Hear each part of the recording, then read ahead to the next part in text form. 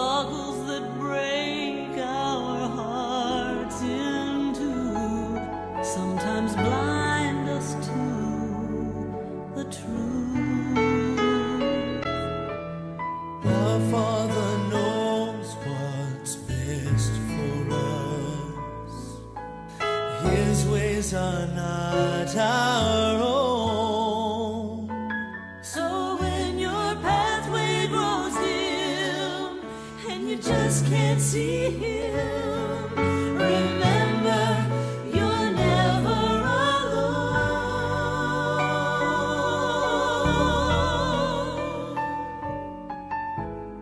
God is too wise to be mistaken.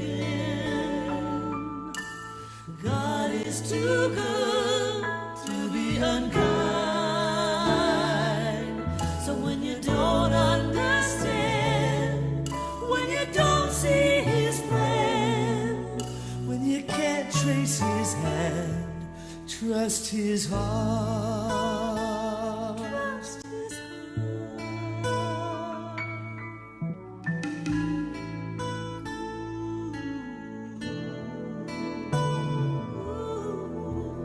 He sees the master plan. He holds our future in his hands. So don't live as those who have no hope. All our hope is found in him. We see the present clearly, but he sees the first and the last. And like a tapestry, he's leaving you and me to someday be just like him.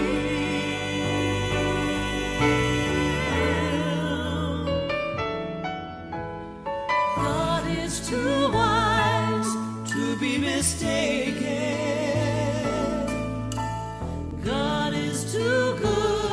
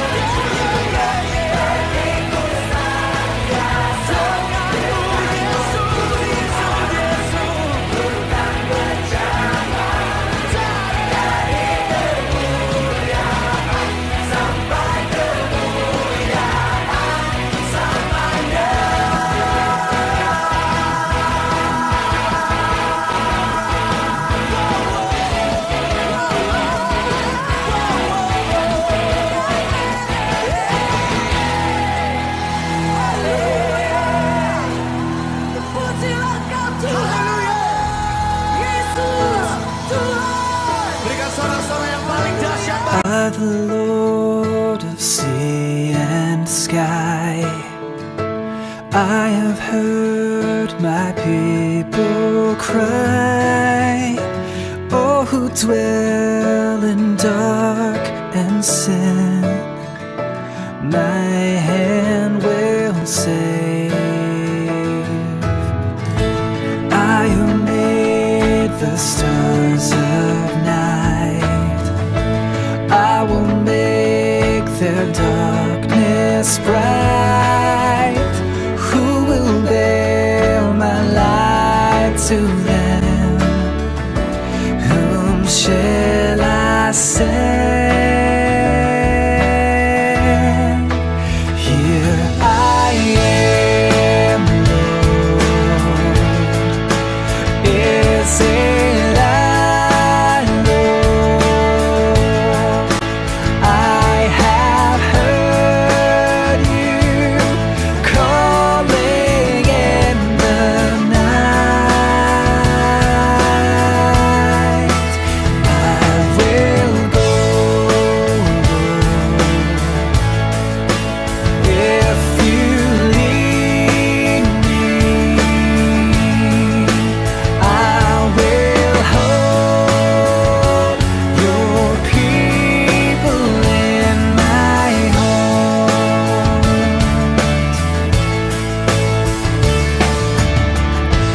I, the Lord of snow and rain, I have borne my people's pain. I have wept for love of them. They turn away. I will break their hearts of stone, give them hearts for love alone. I will speak my words to them. Whom shall I send? Here I am, Lord. Is it I, Lord? I have heard you calling in the night. And I will go if you lead me. I will hold your people in my heart.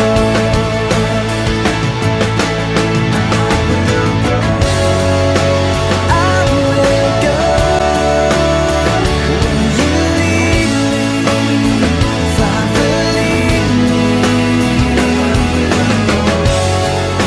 I will go,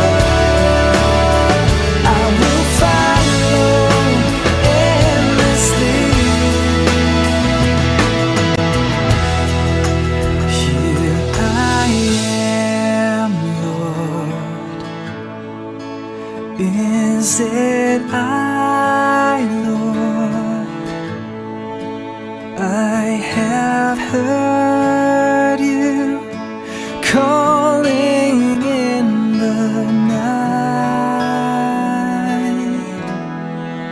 I will go, Lord, if you lead me. I will hold your people in my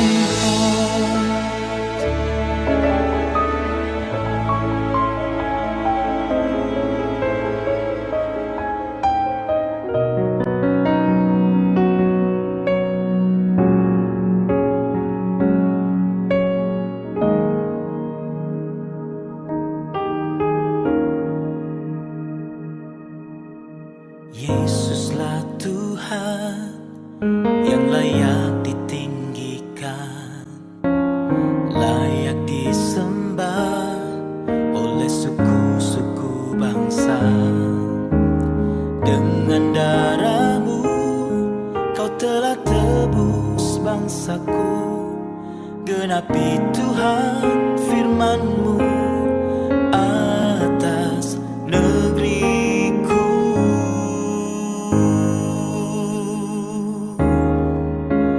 Hatiku rindu melihat kemuliaan-Mu. Hatiku rindu melihat curahan kuasa-Mu di tanah tercinta, negeriku Indonesia. Ku berdoa Indonesia, penuh kemuliaan-Mu Indonesia, bagi kemuliaan-Mu.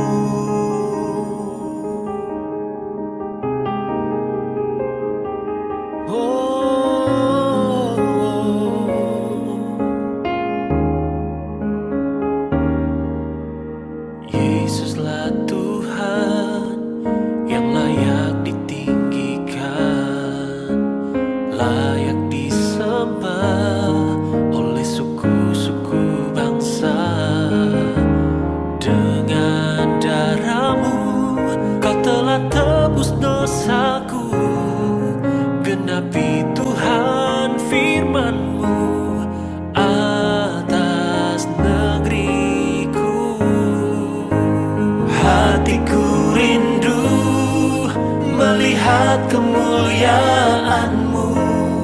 Hatiku rindu melihat curahan kuasa-Mu di tanah tercinta, negeriku Indonesia. Ku berdoa Indonesia, penuh kemuliaan-Mu Indonesia, bagi kemuliaan-Mu. Oh, oh, ya Allahku, nyatakan kemuliaan-Mu. Ya Allahku, nyatakan curahan kuasa-Mu di tanah tercinta, negeriku Indonesia.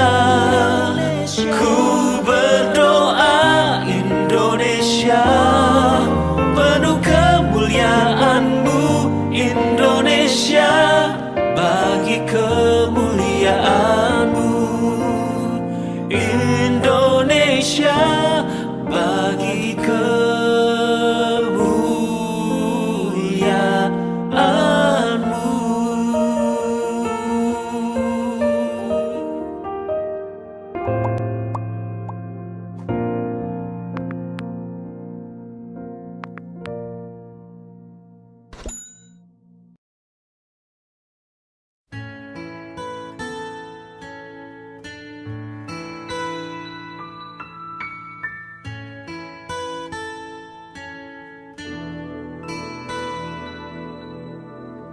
All things work for our good, though sometimes we can't see how they could. Struggles that break our hearts in two sometimes blind us to the truth. Our Father knows what's best for us. His ways are not our own. So when your pathway grows dim and you just can't see Him, remember you're never alone.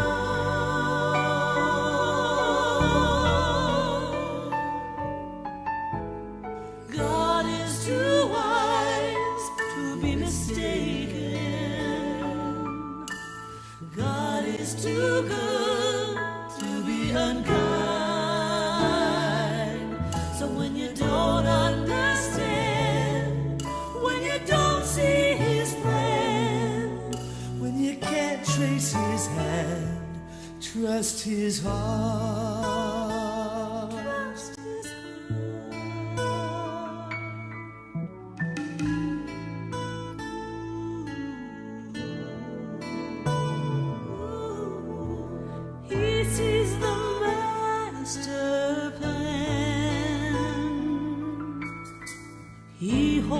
our future in His hands.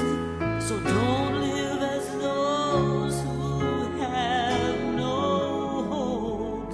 All our hope is found in Him. We see the present clearly, but He sees the first and the last. And like a tapestry, He's weaving you and me to someday be just like Him.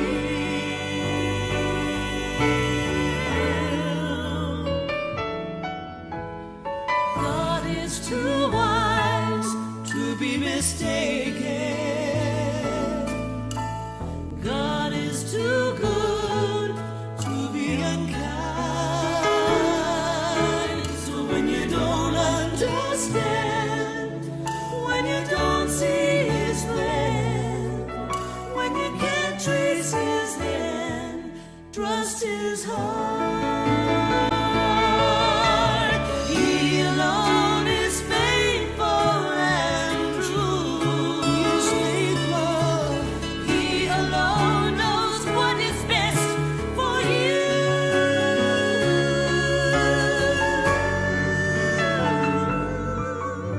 So when you don't understand, when you don't see His plan, when you can't trace His hand, trust His heart. Trust His heart. Trust His heart. Trust His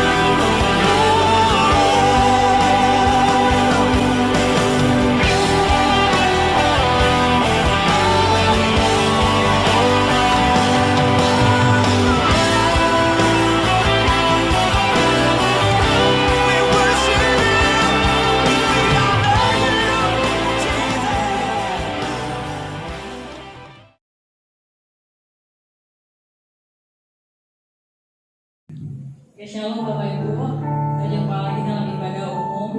Hari ini hari Minggu, tanggal 21 Februari 2021.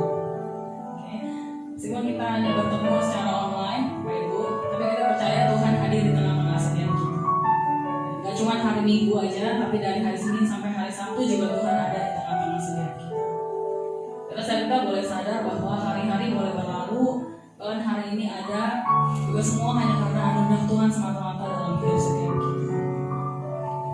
Nah, hari ini kita mau bawa hati kita mau bawa penyembahan kita pada Tuhan. Biarlah dia saja Allah yang menjamah setiap kita, sehingga kita boleh mengenal Dia dengan lebih baik. Kita mengatakan mengikuti Yesus, itulah kesukaan hati setiap kita.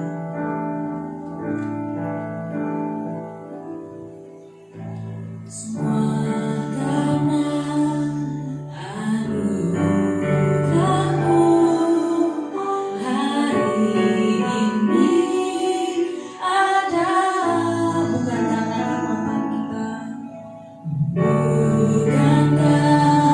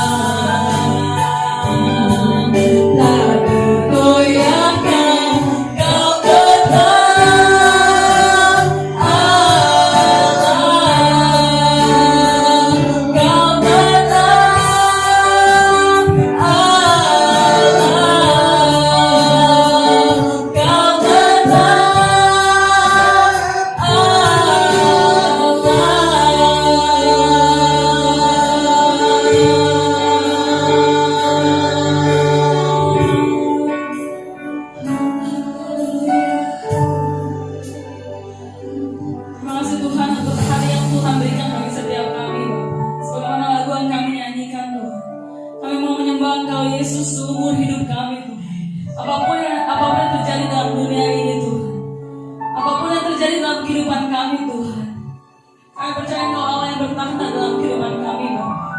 Engkau tetap Allah dalam kehidupan kami Tuhan. Biar dalam seumur hidup kami Tuhan, kami boleh mengikut Tuhan, kami boleh mengiring Engkau, karena Engkau Allah dalam hidup kami Tuhan. Terima kasih Tuhan, kami mau buka ibadah kami pada hari ini. Kami mau menyerahkan hati kami mau menyerahkan pikiran kami di dalam tangan-Mu saja Bapa. Kami mau buka ibadah ini hanya dalam nama Tuhan Yesus Kristus. Amin. Oke Bapak Ibu, saya undang Bapak Ibu untuk bangkit berdiri. Ya, di rumah masing-masing bangkit berdiri. Kita mengatakan hidupku takkan sama, karena kita sudah diselamatkan oleh Kristus, karena kita bertobat. Bapak Ibu, hidup kita tidak lagi sama. Kita mengatakan Kaulah satu-satunya sumber dari segalanya.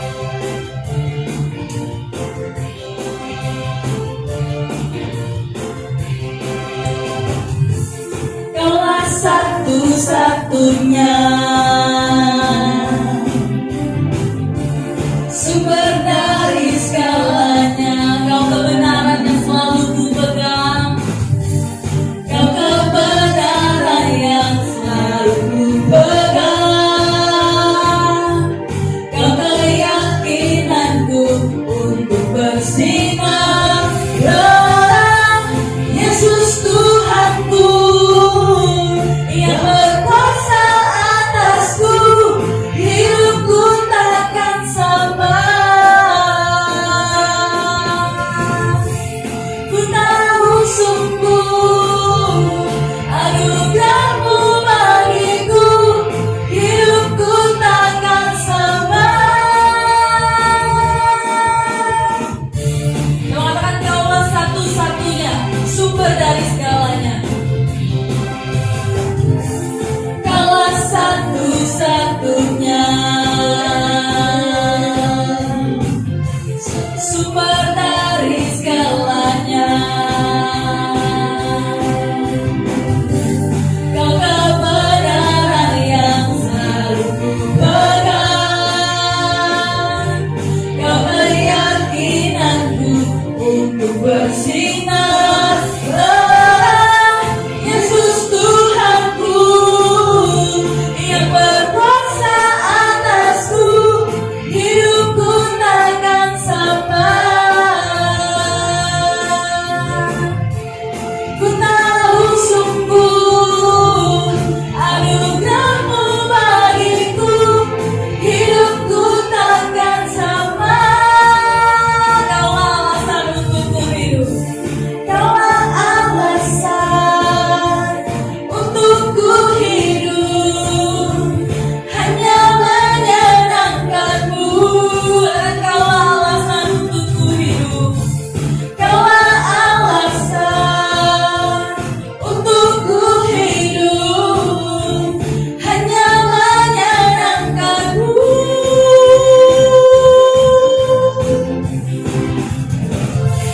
Yesus Tuhanku yang berkuasa atasku, hidupku takkan sama.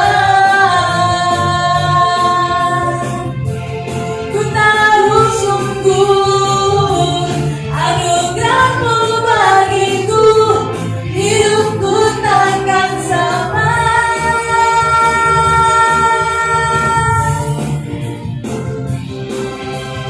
Mulai hidup kita tidak lagi sama, karena Yesus yang sudah berkuasa atas hidup kita. Oke, silakan duduk. Kita mau menyiapkan hati kita mau mendengarkan firman Tuhan, kita mau nyanyikan satu lagu lagi. Kita mau katakan, bukan dengan barang fana Tuhan sudah menebus setiap kita. Karena dengan darahnya yang sangat mahal, Dia tebus setiap kita. Maka bila kita boleh katakan, Tuhan, kami mau menjadi seperti yang Tuhan ingin.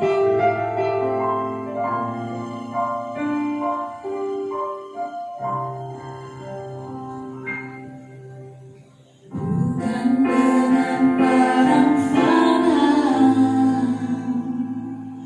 Kau membayar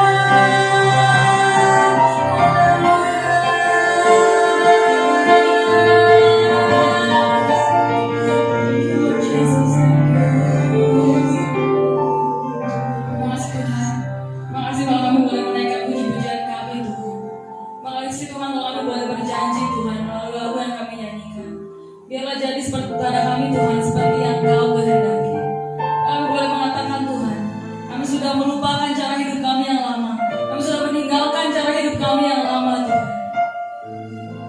Terima kasih Tuhan.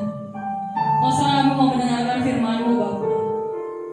Bila kami boleh duduk tenang, bila kami boleh membuka hati kami, bila kami boleh Tuhan, biarkan Roh Kudus bekerja dalam hati setiap kami. Biar kehendak-Mu saja yang jadi dalam kehidupan kami. Makasih ya Bapa. Dalam nama-Mu kami berdoa dan mengucap syukur. Amin. Shalom Bapak Ibu dikasih Tuhan dan jemaat yang diberkati, jemaat GBI KDC dan juga para pemirsa. Kiranya kasih karunia dan damai sejahtera yang datangnya dari Tuhan Yesus Kristus menyertai saudara dan saya sekarang dan selamanya.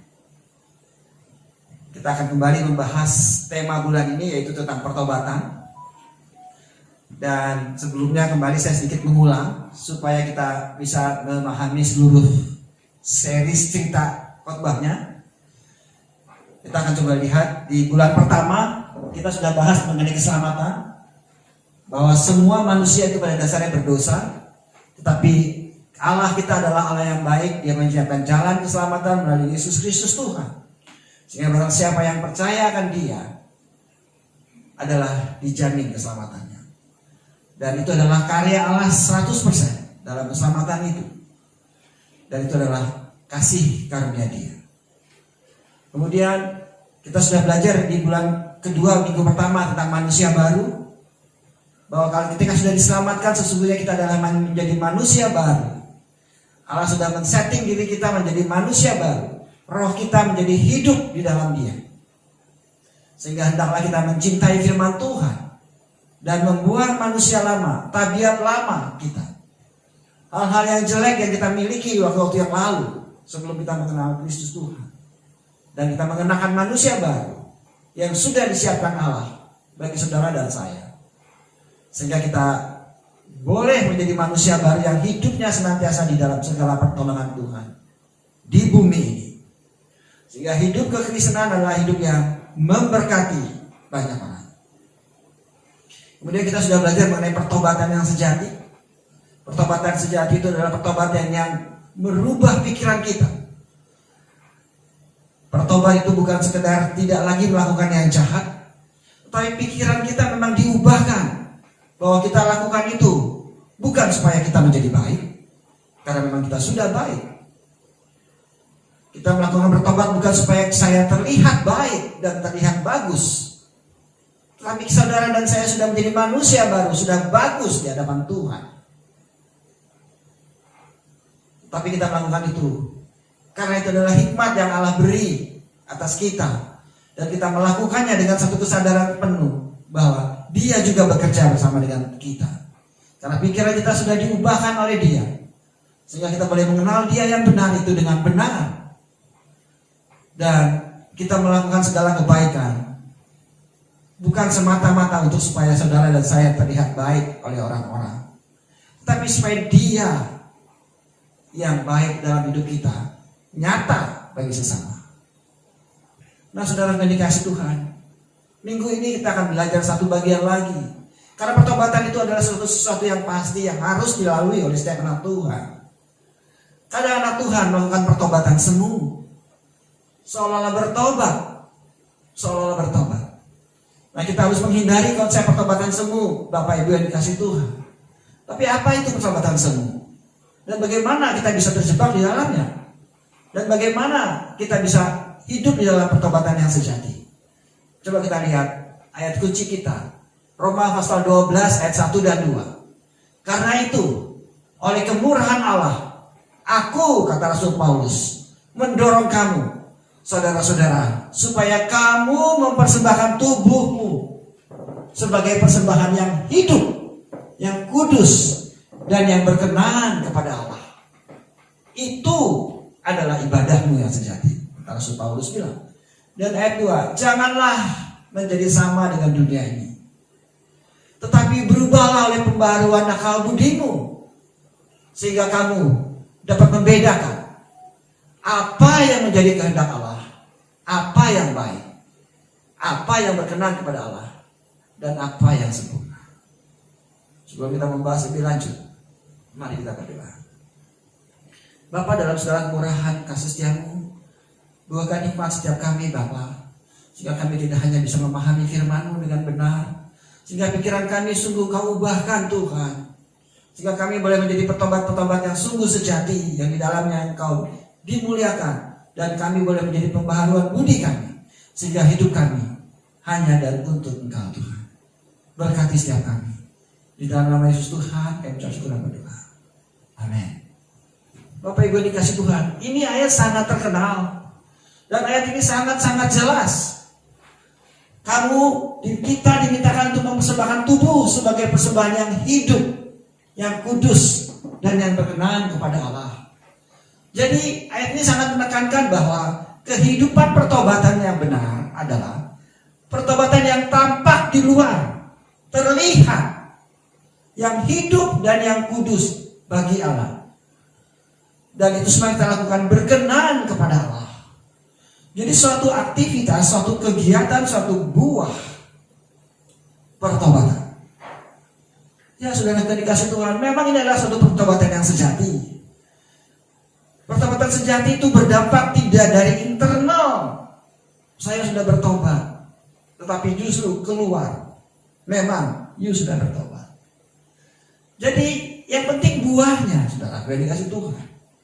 Ada lagi ayat yang mengatakan bahwa di Matius 7 ayat 19-23 dikatakan, dan setiap pohon yang tidak menghasilkan buah yang baik pasti ditebang, dibuang ke dalam api. Jadi dari buahnya lah kamu akan mengenal mereka. Bukan setiap orang yang berseru kepadaku Tuhan, Tuhan akan masuk dalam kerajaan surga, melainkan dia yang melakukan kehendak Bapakku yang di surga. Perkataan di Matius 7 ini adalah perkataan Tuhan Yesus, saudara Ivan. Tuhan Yesus berkata, dari buahlah engkau kelihatan, engkau anak Tuhan atau bukan. Ya, memang dari buahlah kita ketahuan kita anak Tuhan atau bukan. Tetapi pertanyaannya berikutnya adalah, jadi bertobat itu adalah menghasilkan buah. Lalu kalau kita menghasilkan buah, itu kita bertobat.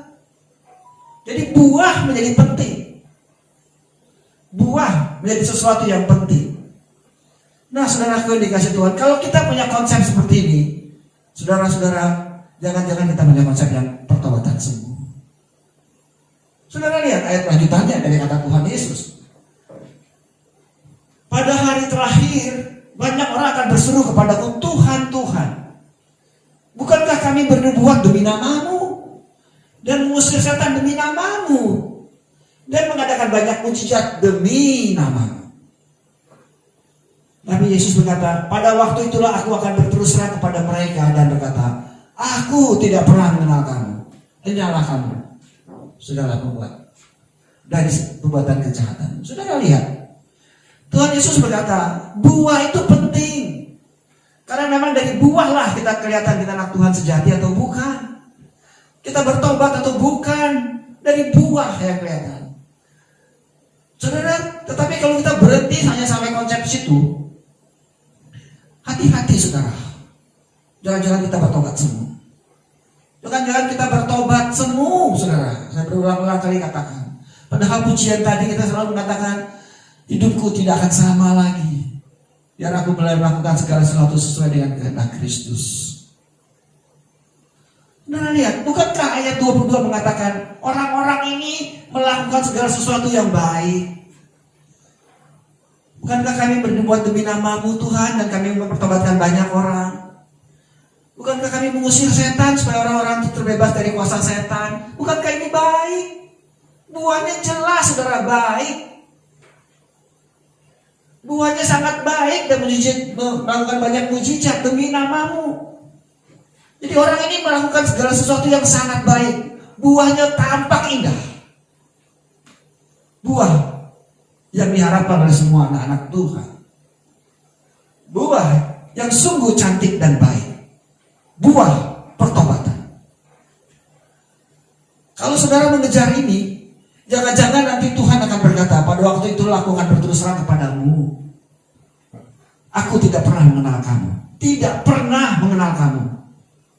Enyahlah daripadaku, kamu sekalian berbuat kejahatan. Saudara yang dikasih Tuhan, ini penting. Saya sengaja menyiapkan satu waktu khusus untuk bahas hal ini. Karena kita sebagai anak Tuhan kadang-kadang yang penting adalah buahnya. Yang penting buahnya gitu. Mana buah kamu? Maka semua orang akan mencari buah itu atau menciptakan buah itu atau membuat buah itu. Tanpa dia pentingkan bagaimana buah itu didapat. Bagaimana dia bisa menghasilkan buah. Buah itu memang penting, Bapak Ibu yang dikasih Tuhan. Karena itu adalah bukti pertobatan sejati. Tetapi jangan mengejar buah pertobatan. Jangan mengejar buah pertobatan. Kalau saudara mengejar buah pertobatan, saudara-saudara jangan Tuhan akan berkata, "Endahlah engkau pembuat kejahatan."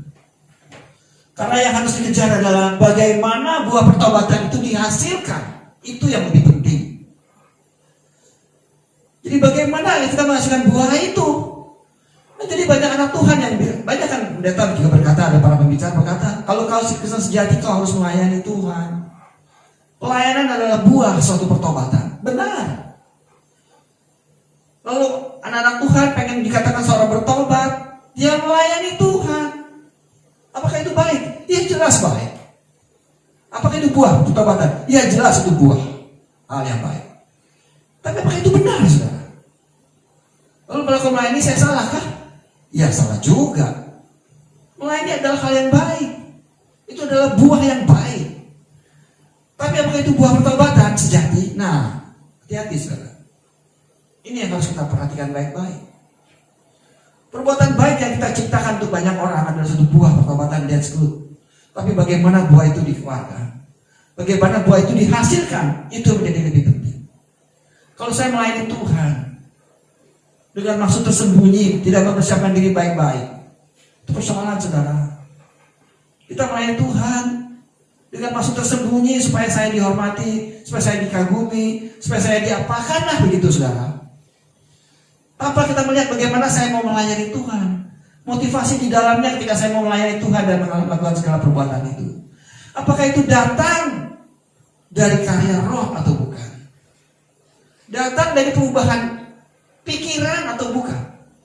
Bahwa saya melakukan ini memang karena Tuhan yang sudah baik dalam hidup saya. Berapa banyak anak Tuhan yang dalam melayani Tuhan dia kecewa. Selalu banyak saudara.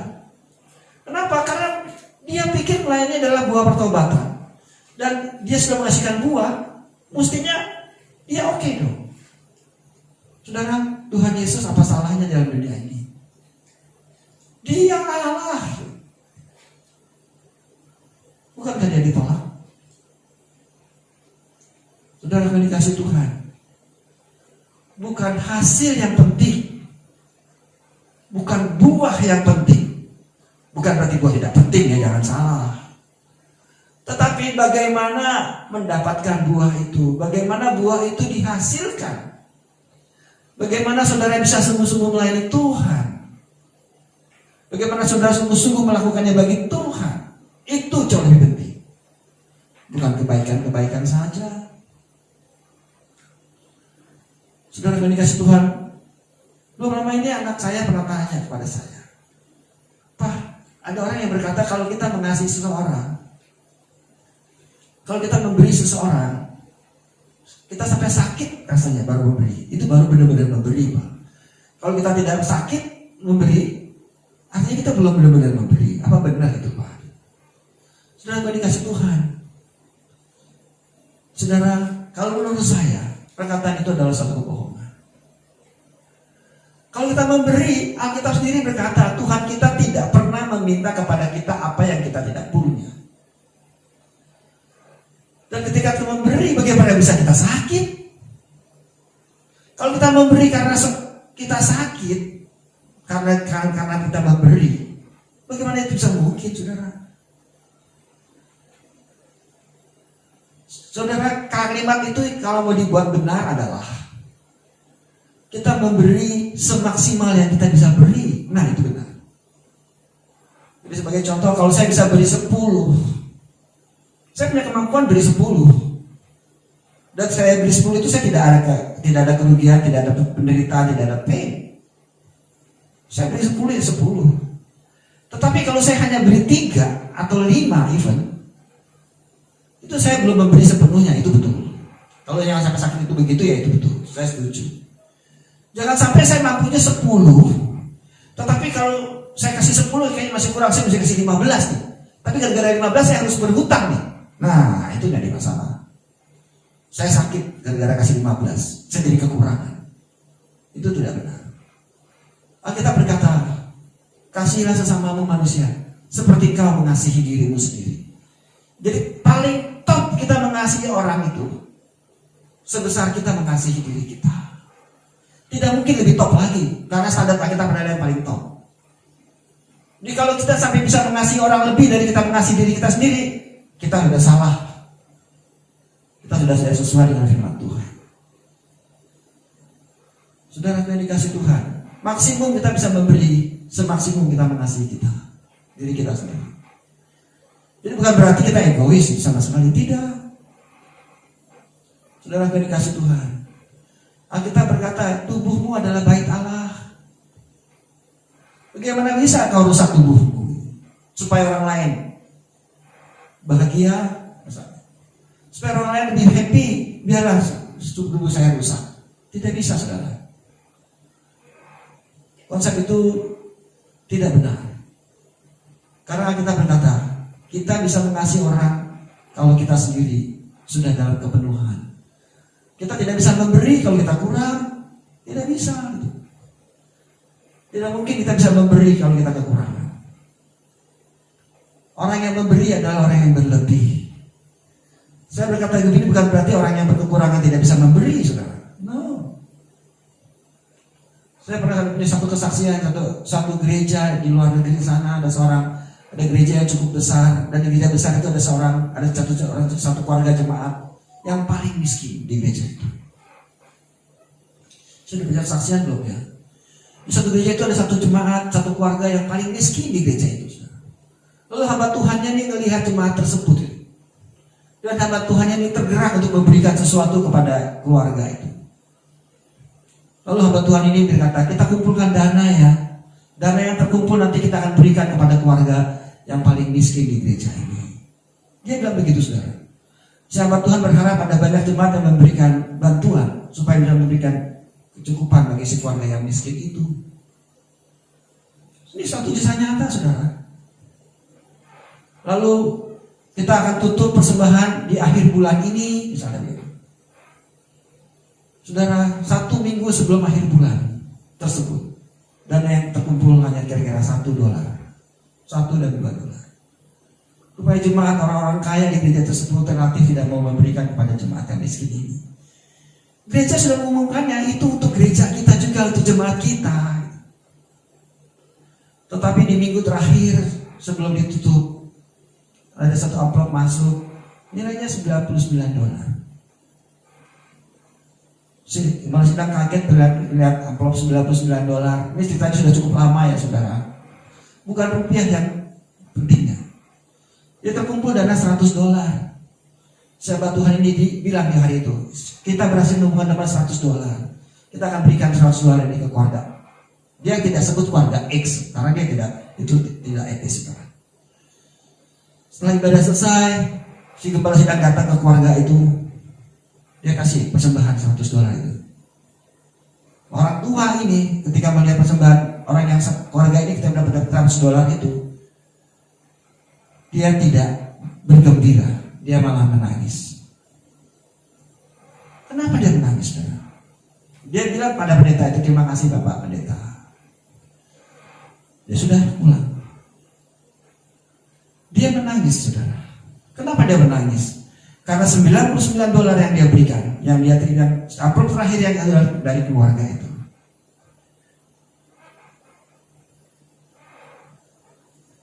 Keluarga itu adalah keluarga yang paling miskin di gereja.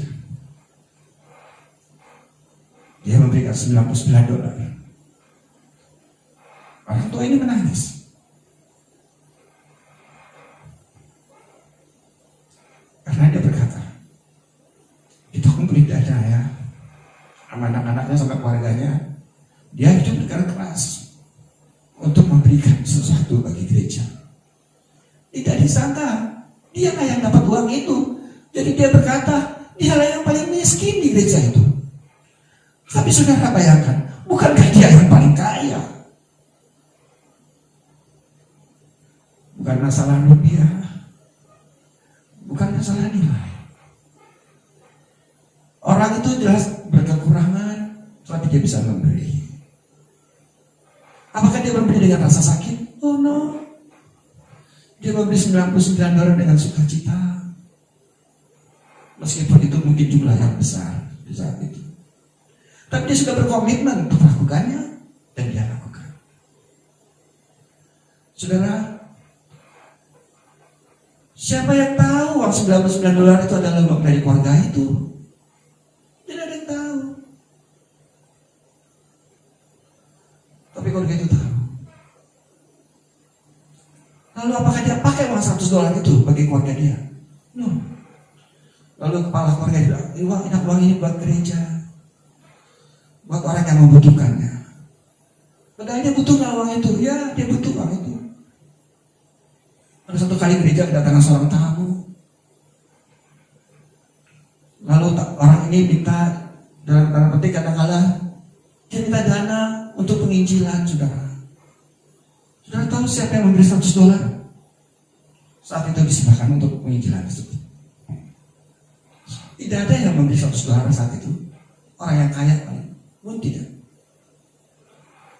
Siapa yang kaya di situ gereja, saudara? Saudara yang dikasih Tuhan, proses bagaimana buah itu dihasilkan, itu sangat penting. Jemaat yang dikasih Tuhan, jangan kejar buah pertobatan, tapi kejarlah bagaimana saya bisa menghasilkan buah pertobatan itu. Sehingga buah itu benar-benar genuine, benar-benar asli, benar-benar suatu perubahan dari pola pikir setiap saudara dan saya. Itu namanya bertobat sejati. Lalu pertanyaannya sekarang, bagaimana buah itu sungguh bisa terjadi? Bagaimana buah pertobatan itu dihasilkan? Kita sudah banyak tahu bukan? Pohon buah pasti menghasilkan buah. Tidak mungkin pohon buah tidak menghasilkan buah. Kalau pohon buah itu sehat, buah itu pasti keluar dengan sendirinya. Kalau pohon buah tidak berbuah, pasti pohon buah itu tidak sehat. Saudara yang dikasih Tuhan, anak Tuhan itu adalah anak berkat. Itu kata firman. Bukankah itu yang dijanjikan Allah kepada Abraham, bapa leluhur kita? Kemanapun kau pergi, kau mendapat menjadi berkat. Setiap anak Tuhan adalah anak berkat. Ketahuilah saudara yang dikasih Tuhan. Setiap anak Tuhan pasti berbuah. Setiap anak Tuhan yang sehat itu pasti berbuah. Bukan buatan buah. Bukan seperti kayak pohon terang itu taruh buah-buahan dia kelihatan manis. Tapi buahnya tidak bisa dimakan. Saudara, kita lihat bagaimana pohon itu menghasilkan buah. Coba kita lihat teksnya, saudara. Tolong enter Dina. Pohon buah yang sehat pasti tinggal di lingkungan yang sehat. Pohon durian tidak bisa tinggal di tempat dingin, saudara. Tidak bisa. Dan pasti dinutrisi dengan baik. Pasti dia berbuah. Demikian juga saudara dan saya. Kalau kita anak Tuhan yang sejati, dan kita pasti berbuah. Tetapi untuk bisa berbuah, kita harus dalam lingkungan yang benar. Dan harus dinutrisi dengan benar. Itu logis sederhana saja, saudara. Dan apa kata kita mengenai proses pembuahan ini? Yohanes 15 ayat 3-5 itu dikatakan, kamu memang sudah bersih karena firman yang telah kukatakan kepadamu. Kita memang adalah pohon buah. Kita sedang bersih. Tinggallah di dalam aku dan aku di dalam kamu. Ini lingkungan, saudara. Lingkungan kita harus tinggal di dalam Tuhan. Tinggallah di dalam aku dan aku ada di dalam kamu. Ranting yang tidak dapat berbuah akan aku papas. Kalau ia tidak tinggal pada pokok anggur, tidak mungkin dia berbuah. Tinggallah dalam aku dan aku di dalam kamu. Sama seperti ranting tidak dapat berbuah dari dirinya sendiri. Kalau ia tidak tinggal pada pokok anggur, demikian juga kamu tidak akan berbuah jikalau kamu tidak tinggal di dalam aku. Firman Tuhan jelas, supaya kita menghasilkan buah kita harus tinggal di dalam Tuhan. Dan Tuhan tinggal di dalam kita. Kalau tidak, buah yang kita hasilkan semuanya adalah buah kosong, saudara. Pertobatan palsu, pertobatan semu. Kalau kita tidak dekat sama Tuhan dan tidak tinggal di dalam Tuhan, buah apapun yang saudara hasilkan, meskipun itu baik dan sangat baik, Tuhan akan berkata, nyala kamu pembuat kejahatan. Ayat 6 katakan, akulah pokok anggur dan kamulah ranting-rantingnya. Barang siapa tidak tinggal dalam aku dan aku tidak dalam dia, ia berbuah banyak. Di luar aku, kamu tidak dapat berbuah. Jelas sekali, saudara. Ini supaya kita bisa berbuah pertobatan, supaya pertobatan kita itu sejati, kita harus tinggal di dalam Tuhan. Tinggal di dalam Tuhan itu artinya apa? Tinggal di dalam Tuhan itu artinya melakukan firman Tuhan. Banyak cerita, saudara. Alkitab menjabarkannya. Ada orang yang membangun rumah di atas batu dan di atas pasir. Orang yang mendengar firman Tuhan lalu mengabaikannya saja. Bagaikan membangun rumah di atas pasir, sebentar dia akan dihapus. Tetapi barang siapa melakukannya, dia membangun rumah di atas batu karang itu. Tinggal di dalam aku, kata firman Tuhan, engkau pasti berbuah. Karena aku akan mengikis semua ranting-ranting yang tidak berbuah, supaya dia menjadi berbuah dan berbuah. Dan kita pasti akan menghasilkan buah tanpa kita sadari. Itu proses buah sejati, proses pertobatan sejati. Dan bagaimana yang satunya? Aku di dalam kamu, aku ada di dalam kamu. Firman Tuhan kita pahami, firman Tuhan kita mengerti. Jadi kita ngerti firman Tuhan, pikiran kita itu yang kemarin minggu lalu kita bahas, dipenuhi dengan kebenaran Tuhan. Dan Roh Kudus itu akan memberkati saudara dan saya, dan menolong setiap hidup kita. Oleh karena itu kenapa Rasul Paulus selalu berdoa kepada seluruh jemaat-jemaat binaannya, biarlah roh hikmat dan pengetahuan yang benar akan Tuhan ada dalam hidupmu. Itu juga doa saya untuk saudara dan saudara-saudara yang dikasih Tuhan. Biarlah firman Tuhan ada di kepala saudara dan saya. Dan firman itu saudara jalankan sebagaimana yang saudara dapat kerjakan. Dengan sepenuh hati saudara dengan berkata, Roh Kudus tolong aku melakukannya. Dan saya tahu pasti Roh itu akan menolong saudara dan saya. Sehingga roh hikmat dan wahyu itu sangat penting. Oleh karena itu kenapa saya berkali-kali dan berulang-ulang selalu mengatakannya demikian. Karena memang inilah esensinya, saudara. Tidak ada yang lain. Nah, kita hanya mengajar satu hal ini, dekat dengan Tuhan. Engkau akan berbuah banyak. Bukankah Mazmur 1 ayat Mazmur 1:1-3 juga demikian? Pohon yang tinggal di aliran air akan selalu berbuah pada musimnya. Pada musimnya bukan berarti setahun cuma 2-3 kali, sebagaimana musim buah. Maksud ayat itu di setiap saat itu kamu dibutuhkan berbuah, kamu akan berbuah.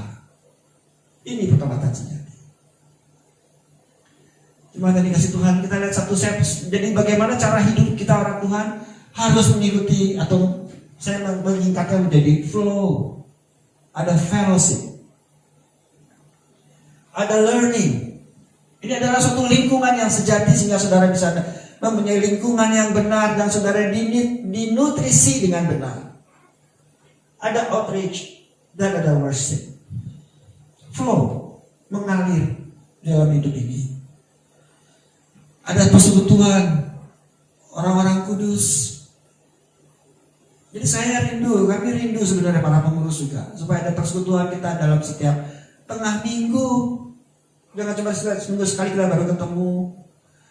Atau mungkin Jumat-Jumat yang dalam satu kompleks, tolong bersekutu bersama, bikin PA, bikin komsel, saling sharing, saling membangun, saling tolong menolong, saling memecah roti. Kalau menurut kisah pasal 2 di jemaat mula-mula, saling berbagi.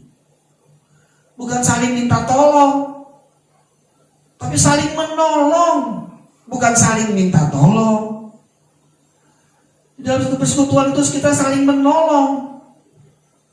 Tentu ada yang ditolong, ya, tetapi tentu jangan semuanya minta ditolong. Dan semuanya maunya ditolong, bukan maunya menolong.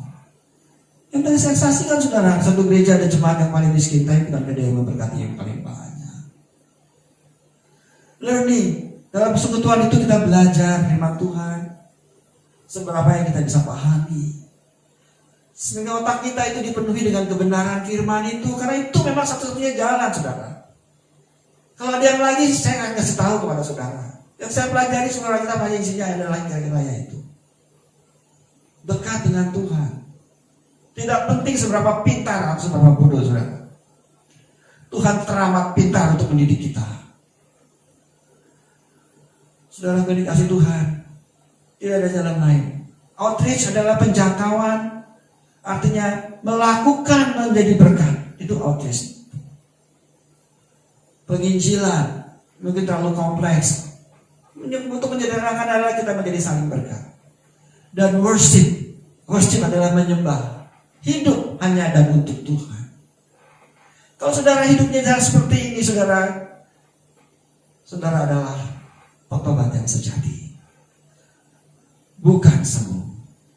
Buah itu penting, tetapi bagaimana menghasilkan buah itu jauh lebih penting.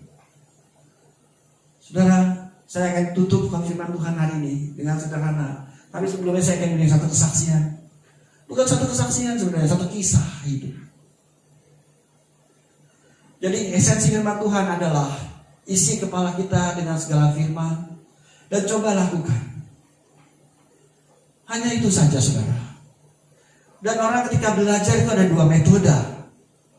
Satu, belajar dari teori, lalu coba praktekannya sesuai dengan teori. Itu cara belajar yang ideal sebenarnya. Tapi ada lagi orang yang tidak mau belajar begitu, karena secara teori itu susah. Ada maunya secara praktek, coba aja, gagal ya coba lagi, gagal ya coba lagi, tapi dengan cara yang lebih baik. Belajar dari kegagalan. Ya, itu orang cerdas. Belajar dari kegagalan adalah orang cerdas. Tetapi belajar dari teori dan memahaminya serta melakukannya, itu adalah orang bijaksana. Tapi yang manapun terserah saudara lakukan. Kalau tadi saya kasih contoh pohon, kita hidup dekat dengan Tuhan dan kita melakukan buah, kita melakukan perbuatan-perbuatan sesuai dengan kebenaran firman. Dan ini saksian lain lagi ceritanya, saudara. Ada seorang artis intelektual tahun 1898-1963. Dia hidup di tahun itu. Orang ini sangat terkenal. Orang ini sangat pintar, saudara. Tapi sayang, dia adalah ateis. Saking pintarnya, di umur 27 dia sudah menjadi ketua jurusan sastra di Oxford University, universitas paling top di Inggris. Dia ketua jurusannya sastra, dan banyak paper-paper dia, banyak buku-buku dia yang sangat terkenal. Dan ada film Narnia, dia yang sutradarai, di latar belakangnya dia. Jadi umur 27 dia sudah menjadi ketua jurusan, sangat muda karena dia pintar. Tapi dia ateis. Di teman-teman dia itu banyak orang Kristen, juga orang pintar. Di zaman itu dia sering berdebat dengan teman-temannya. Dia selalu mempertanyakan dan memperdebatkan tentang Allah. Ini cerita di Inggris, saudara. Inggris adalah negara Kristen. Jadi dia tahu konsep Kristen, orang ini. Tapi dia tidak bisa percaya ke Kristenan. Dia ateis. Dia tahu karena dia it has knowledge, sebagai pengetahuan. Dia tanya, kalau Allah itu hebat, Allah itu baik, pertanyaan-pertanyaan yang sulit, saudara. Kenapa Allah menciptakan alam semesta ini yang begitu luas, begitu besar sekali? Bahkan lintasan satu planet ke planet lain aja bisa sampai ribuan tahun cahaya. Luas sekali. Kenapa dari segitu banyak luas yang bisa didiami oleh manusia cuma satu, yaitu di bumi? Kenapa Allah begitu bodoh? Dia bilang begitu. Begitu luas kok cuma ada bumi doang yang bisa didiami. Kalau Allah itu begitu baik, kenapa ada kesukaran, kesusahan di muka bumi ini? Kenapa ada penderitaan yang ada? Dia tanya, saudara, pertanyaan yang tidak bisa dijawab. Bukankah pertanyaan itu masih eksis saat ini? Dia orang ateis sejati. Tetapi dia bukan ateis, tidak mau terima Tuhan dan tidak mau ngisi otaknya dengan Tuhan. Tidak, dia tahu itu Tuhan, tapi dia tidak percaya. Apalagi Kristen, dia tahu mana negara Kristen. Dia tahu konsep kekristenan, namun dia tidak mempercayai. Dan bahkan dia memperdebatkannya senantiasa pada teman-temannya. Dan teman-temannya tidak bisa jawab, kalah dalam perdebatan dengan dia, karena dia orang cerdas. Sudah akan dikasih Tuhan, pada suatu malam dia naik bus, mau pulang ke rumah barangkali. Karena di Inggris orang kaya belum tentu punya, orang terhormat belum tentu punya mobil. Karena kendaraan umum di sana sudah cukup baik. Dia naik bus dalam suasana yang sangat dingin dan dia kedinginan. Tapi entah bagaimana Tuhan bekerja atas dia, sehingga dia mulai menyadari, oh ada Tuhan rupanya, ada Sang Agung itu. Dan dia tahu yang agung itu adalah Allah orang Kristen. Karena dia negara Kristen, jadi dia cuma tahu konsep itu. Tapi dia tidak bisa percaya siapa itu Allah. Tapi paling tidak di saat itu dia mulai mengerti, oh ada Sang Agung. Tadi dia nggak percaya ada Allah. Ateis itu tidak percaya ada Allah. Di saat itu dia percaya ada Tuhan. Lalu dia pengen cari siapa itu Tuhan.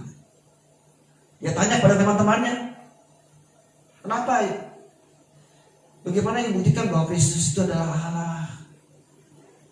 Di dalam diskusi itu yang mungkin teman-temannya tidak bisa jawab dengan baik. Tapi teman-temannya hanya mengatakan satu hal, Kristus itu Tuhan. Itu adalah suatu kebenaran. Karena itu adalah suatu historis, suatu fakta, kata teman-teman dia bilang. Bukankah memang Kristus pernah ada di muka bumi ini? Dia bilang. Bukankah dia memang tidak bersalah dan dia mati karena orang-orang yang menuduh dia? Dan bukankah dia Allah dan itu jelas, itu fakta. Bagaimana saya nggak percaya? Kata teman-temannya. Lalu akhirnya berdebat. Akhirnya orang ini berkata, tanpa memahami makna penyaliban Kristus dan tanpa memahami makna kebangkitan Kristus dan tanpa memahami penebusan Kristus, sesungguhnya orang Kristen tidak bisa percaya siapa itu Yesus Tuhan. Dia menyembuhkan seperti itu, saudara. Tuhan memberikan dia hikmat. Mungkin dari doa teman-temannya dia. Bukankah kita juga diminta berdoa untuk teman-teman kita? Sehingga pada waktu itu Tuhan memberikan dia hikmat. Sehingga orang ini mulai bisa sedikit-sedikit memahaminya. Siapa itu Kristus? Kenapa dia harus mati buat saudara dan saya? Kenapa dia harus menjadi manusia di bumi ini? Yang sudah kita pelajari bulan lalu. Tetapi memang sangat sulit memahaminya dengan benar 100%. Lalu temannya bilang begini, hei, kamu kan suka cerita mitos kan? Ya, memang dia suka cerita mitos. Bukankah zaman itu ada mitos tentang Zeus, mitos tentang Dewa Yunani. Mitos-mitos itu adalah kebohongan. Mitos-mitos manusia itu adalah kebohongan. Meskipun demikian, bukankah itu menyenangkan? Bukankah itu yang dicari orang, mitos itu? Zaman sekarang juga banyak kan? Orang Kristen apa lagi? Inilah nggak boleh, inilah feng shui, itu mitos. Tapi dituruti nggak? Dituruti. Dipercaya nggak? Mungkin dipercaya. Masa sih kekristenan mitos kata si orang ini? Ya tidaklah jelas. Tetapi konsep tentang Allah memang mungkin sulit untuk kita pahami. Konsep tentang Allah memang sangat sukar untuk kita pahami secara rasional. Kata temannya bilang, Anggap aja itu mitos. Tapi itu mitos Allah. Kalau mitos manusia adalah kebohongan, mitos Allah tidak. Mitos tentang Allah adalah kebenaran yang ditulis di Alkitab. Sampai sini orang ini akhirnya berhenti. Ya, dia menerima apa adanya. Bukankah kita menerima mitos apa adanya? Ya, kadang kita konsep Allah memang sangat susah untuk kita pahami. Oh, Allah kita 3, tetapi 1 memang sangat sulit untuk dipahami. Tapi itu yang diungkapkan kepada kita. Apakah kita bisa memahami yang lain? Tentu sulit kita pahami. Umur 33, orang ini sungguh-sungguh bertobat. 5 tahun ketika dia menjadi ketua jurusan, kemudian dia bertobat. Dia bertobat masih sangat relatif muda. Dari pertobatannya dia sangat menyadari banyak orang Kristen, dia bilang. Awalnya tertarik sama kekristenan. Karena kekristenan menjanjikan banyak hal yang indah. Kau sakit disembuhkan, Tuhan pelihara hidupmu, segala hal yang indah kesannya. Tetapi ketika dijalani, ketika mempelajari lebih lanjut, kekristenan itu bukan soal yang mudah. Saudara mudah menjalankan kebenaran firman? Tidak mudah. Bahkan mungkin merugikan. Kita melayani, berkorban sana sini, belum tentu dihargai. Tetapi kita harus tetap melakukannya. Karena kesadaran penuh memang kita harus lakukannya. Karena itu adalah perintah. Kita melakukannya dengan capek, dengan segala macam, tetapi itu kita senang mengerjakannya. Itu yang sejati, bukan saudara? Kita ditampar, kita kasih yang sebelah kanan. Kalau ini mau tampar lagi, meskipun ada orang katakan lu bodoh begitu. Tentu bukan fisik yang dia bicarakan. Andai kata itu fisik, mungkin saja itu terjadi. Bukankah Yesus diludahi dan ditampari?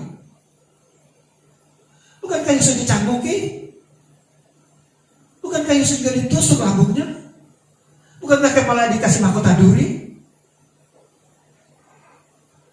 Aniaya tak terhindarkan. Saudara gak dikasih Tuhan, makanya dia banyak menulis buku. Salah satu buku yang top dia tulis adalah Screwtape Letters.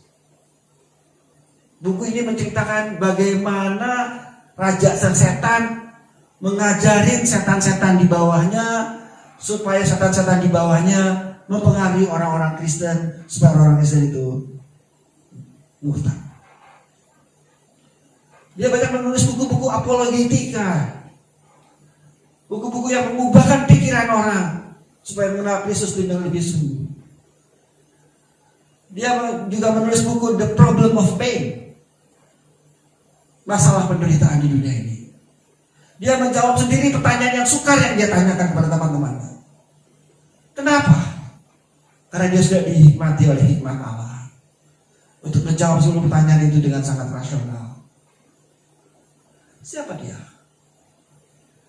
Dia adalah C.S. Lewis. Dia adalah orang yang sangat terkenal di dalam dunia kekristenan. Dia awalnya seorang ateis. Apa yang ingin saya ungkapkan kepada saudara yang dikasih Tuhan? Di dalam mengisi kebenaran firman di dalam kepala kita, ada 2 cara. Yang pertama, kita belajar dengan baik-baik. C.S. Lewis beruntung dia belajar dengan cara baik-baik. Dalam keadaan yang baik, dia mengenal Allah. Tapi ada banyak orang juga belajar dalam keadaan yang tidak baik, dia baru kenal Tuhan dan baru mau cari Tuhan. Terserah saudara dan saya. Yang penting adalah satu hal, hanya jalan dekat dengan Tuhan. Saudara bisa sungguh-sungguh menghasilkan buah yang lebat. Bukan suatu pertobatan semu, pertobatan yang dibuat-buat, tapi pertobatan sejati. Seorang C.S. Lewis yang tidak kenal Allah, yang bahkan menentangnya, bisa Tuhan ubahkan menjadi seorang yang begitu menjadi berkat. Bagaimana saudara dan saya? Bukankah kita penerima Kristus? Mari, kalau Tuhan bisa pakai C.S. Lewis, kenapa Tuhan tidak bisa pakai saudara dan saya? Mungkin skalanya kita berbeda, ya. Tapi saudara dan saya bisa menjadi berkat dimanapun kita berada. Lakukanlah saudara. Jadilah bertobat sejati. Sebagaimana pujian tadi kita katakan. Aku bukan aku lagi. Aku sudah tinggalkan hidupku yang lama. Dan aku sekarang hidup hanya untuk bagi Tuhan. Menyenangkan hati Tuhan. Amin. Mari kita berdoa.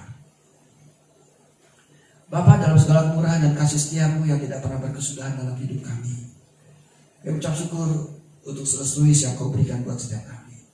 Untuk orang yang begitu kuat, yang mengasihi. Bapa, hamba berdoa untuk setiap kami yang mendengar firman-Mu, dan sehingga kami boleh menjadi pertobat yang sejati. Bukan pertobatan semu yang kami tampilkan, bukan hanya buah yang kami pentingkan, tapi kami dekat dengan Kau dan bergaul dengan Kau, melakukan kebenaran firman-Mu.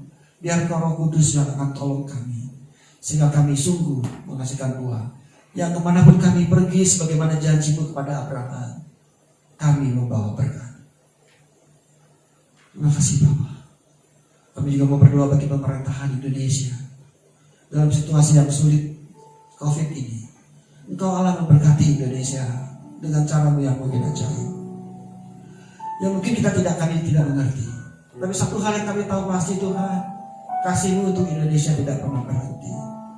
Hamba berdoa bagi seluruh pemerintahan, biar Engkau yang juga menyertai mereka, sehingga setiap anak-anak Tuhan yang ada di sana boleh sungguh menjadi terang dan berkat bagi pemerintah, sehingga dia boleh membawa suatu keputusan yang menyenangkan hati-Mu, sehingga bangsa Indonesia boleh menjadi bangsa yang Kau berkati, bangsa yang dimana Tuhan hidup, dan bangsa yang boleh menjadi berkat bagi banyak orang. Terjadilah Bapa di dalam nama Yesus Tuhan. Hamba juga berdoa bagi seluruh jemaat yang mengasihi Kau dan seluruh jemaat yang ada. Kasih setiamu menyertai mereka Tuhan. Jemaat, terimalah berkat Allah, kasih dari Tuhan Yesus Kristus, persekutuan Roh Kudus menyertai Kau, sehingga Roh itu akan terus mengajarmu, menyatakan kesalahan-kesalahan, dan Roh itu sendiri juga yang memperbaiki hidupmu. Roh itu juga yang akan terus mendidik Kau dan memperlengkapi Kau dengan segala perbuatan baik. Terimalah berkat itu di dalam nama Yesus Tuhan, sekarang dan sampai selama-lamanya. Kami menerima berkat-Mu Bapa, dan akan kami jadikan berkat kemanapun kami pergi. Di dalam nama Yesus kami ucap syukur dan berdoa. Amin. Sebelum kita akhiri ibadah kita akan berikan satu pengumuman, yaitu minggu depan ibadah tetap online. Jadi tolong jangan kemana-mana.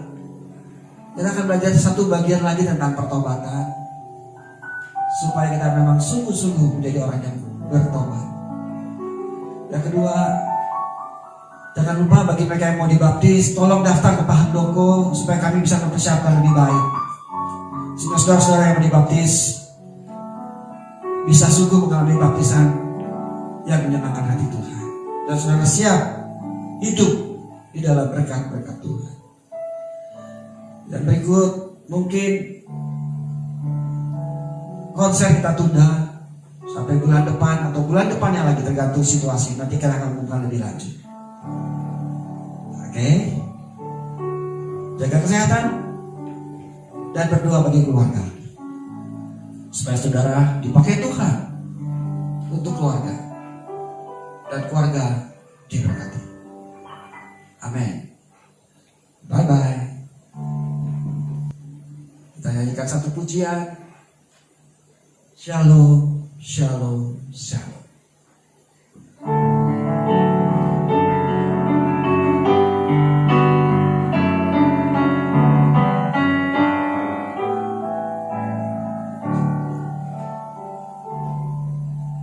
Shalom, shalom, damai Allah turun ke atasmu sekarang.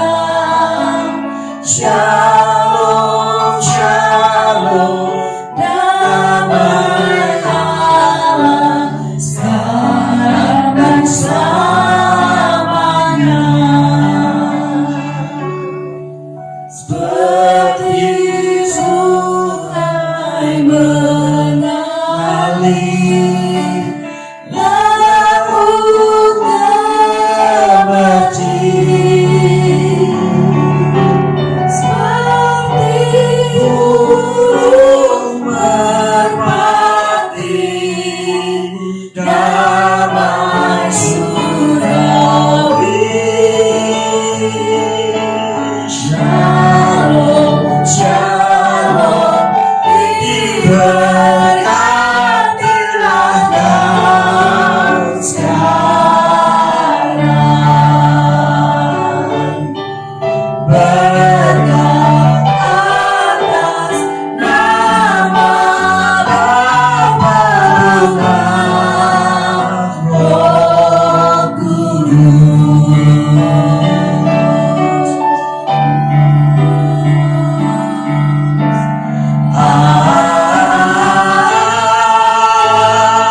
Amin. Selamat pulang, Tuhan memberkati.